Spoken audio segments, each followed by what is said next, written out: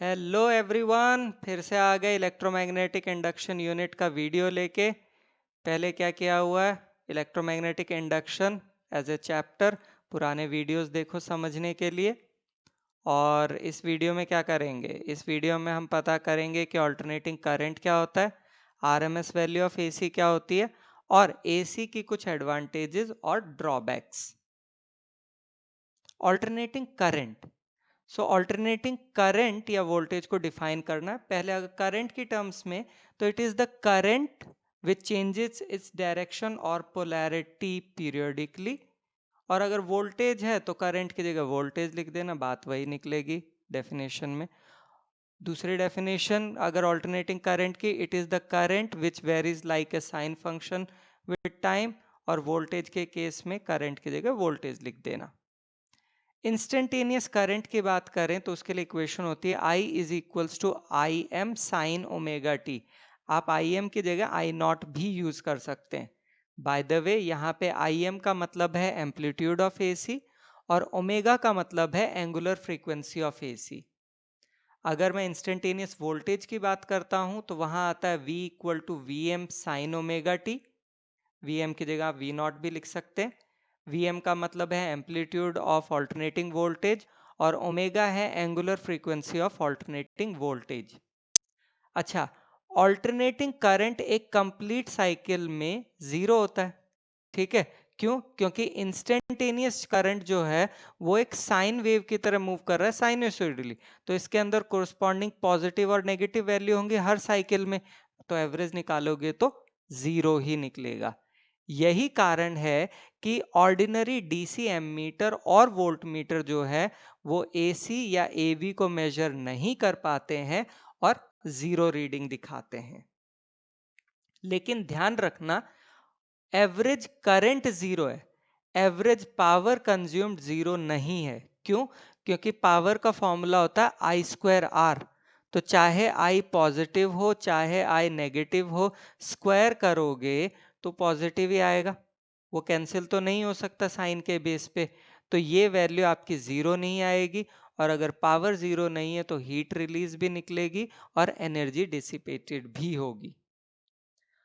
Alternating voltage को prefer किया जाता है क्योंकि इसे इजीली और एफिशिएंटली जो है वो एक वोल्टेज से दूसरे में कन्वर्ट कर सकते हैं ट्रांसफार्मर की मदद से। रूट मीन स्क्वायर यानी कि आरएमएस वैल्यू ऑफ करंट, ये है it is equivalent DC which will generate the same average power loss as AC. तो अब हम इसका डेरिवेशन करेंगे उसकी दो मेथड से। जो भी आपको कन्वीनियंट लगे आप उस मेथड से इसे डिराइव कर सकते हैं। Let's start with method one. तो इंस्टेंटेनियस वैल्यू ऑफ एसी क्या होती है? I is equals to I M sine omega T, ठीक है। लेट अस सपोज हमने एक रजिस्टर लिया जिसकी रेजिस्टेंस R है और उससे ये करंट फ्लो कर रहा है। तो इंस्टेंटेनियस पावर डिसिपेटेड कितनी होगी सर्किट में? dp is equals to I square R, ठीक है। Average power dissipated in the resistors in one complete cycle वो होगी P is equal to one by T, zero से T I square R D T. अब ये कहाँ से आया?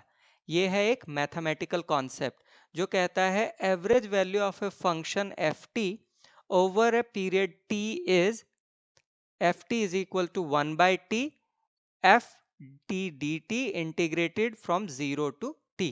तो ये यहाँ को इस कॉन्सेप्ट को यूज करके ये लिखा गया। फिर हमने क्या किया, आई की वैल्यू रख दी। अब आई एम स्क्वायर और आर कांस्टेंट है, बाहर आ गया। साइन स्क्वायर ओमेगा टी को लिखा जा सकता है one minus cos two omega T upon two, two भी बाहर आ जाएगा, ठीक है। तो हमारे पास हो गया I M square R upon two T, bracket के अंदर डी टी का इंटीग्रेशन जीरो से टी और cos two omega T D T का इंटीग्रेशन जीरो से टी में। अच्छा, अब यहाँ पे the integration of cos two omega T D T in the limit zero to T is zero. तो मेरे पास सिर्फ ये टर्म बच गई एक, और इसका इंटीग्रेशन करूंगा तो टी आएगा। फिर हमने लिमिट्स पुट की तो हमें मिला p equal to I M square R upon two, और इसे हमने इक्वेशन नंबर वन नाम दिया। अच्छा, power dissipated in the same resistance in the same time with IRMS और I और that is the RMS value of AC, वो होगा P equal to I square R. ये हो गई इक्वेशन नंबर 2। 1 एंड 2 से हम लिख सकते हैं I square R is equal to I M square R upon 2, यानी कि I is equal to I M by root 2, यानी कि 0.707 IM या 70.7% ऑफ IM। चलिए RMS का डेरिवेशन दूसरी मेथड से करते हैं। इंस्टेंटेनियस वैल्यू ऑफ AC क्या होती है? I is equals to I M sine omega T. हमने कंसिडर किया हुआ है कि हमारे पास एक रजिस्टर है, उससे हमारा करंट फ्लो कर रहा है, हीट प्रोड्यूस होगी dt टाइम में, वो होगी DH is equals to I square R dt। ठीक है, टोटल हीट निकालनी है कंप्लीट साइकिल में, तो इंटीग्रेट कर दो 0 से t में, I की वैल्यू रख दी, आई एम स्क्वायर आर बाहर आ जाएगा, साइन स्क्वायर ओमेगा टी की जगह लिख सकते हैं 1 minus cos 2 omega T upon 2। ठीक है, 2 जो है वो बाहर आ गया, दोनों टर्म्स अलग कर दी इंटीग्रेशन की। यहाँ पे याद रखना कि ये जो टर्म है इसका इंटीग्रेशन 0 होता है, तो सिर्फ एक ही टर्म बच गई है मेरे पास। इसको इंटीग्रेट किया तो मेरे पास बचा ये h equal to I M square R T upon 2, इसे इक्वेशन नंबर 1 नाम दिया। और अगर डेफिनेशन से देखें हीट प्रोड्यूस्ड के लिए, तो वो निकलता है h equal to I R M S square R T. R M S की जगह सिर्फ आई भी लिख दोगे यहाँ पे तो भी वही बात आएगी।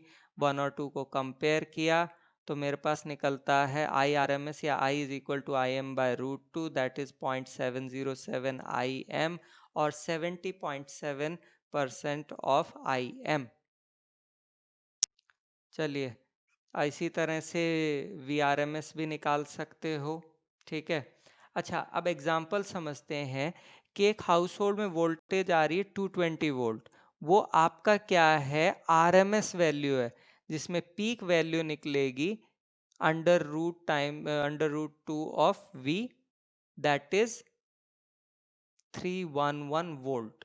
ठीक है, तो हमारे घर में जो 220 वोल्ट आ रही है वो RMS वैल्यू है और पीक वैल्यू होती है 311 वोल्ट। ठीक है, VM is equals to I M R, यानी कि VM by root 2 is equal to I M by root 2 into R, which gives V equal to I R. ये हमने ग्राफ बनाया हुआ है, ठीक है, जिसमें आप देख सकते हो साइन वेव की तरह मूव कर रहा है। ये आपके RMS वैल्यू है, ये पीक वैल्यू है। अच्छा, अब एडवांटेजेस देख लेते हैं AC की DC के ऊपर। एडवांटेजेस क्या क्या है भाई? Easier and cheaper to generate है, इजीली कन्वर्ट हो जाता है और लॉन्ग डिस्टेंस ट्रांसफ़र कर सकते हो, ट्रांसमिट कर सकते हो स्टेप अप ट्रांसफार्मर की मदद से। ड्रॉबैक्स क्या है? इसका शॉक अट्रैक्टिव होता है, इलेक्ट्रोप्लेटिंग इलेक्ट्रो रिफाइनिंग नहीं कर सकते। ठीक है, और इसके लिए बहुत फाइन वायर चाहिए होते क्योंकि ये एक सरफेस फिनोमिना है। चलिए, एक्नॉलेजमेंट गूगल, बिंग, एनसीईआरटी जहाँ से जो लिया उनके लिए उन सबका धन्यवाद। अगला वीडियो किस चीज़ पे? फेजर्स ज़रूर देखना, बड़ा इंपॉर्टेंट और बड़ा इंटरेस्टिंग टॉपिक है। Thank you so much.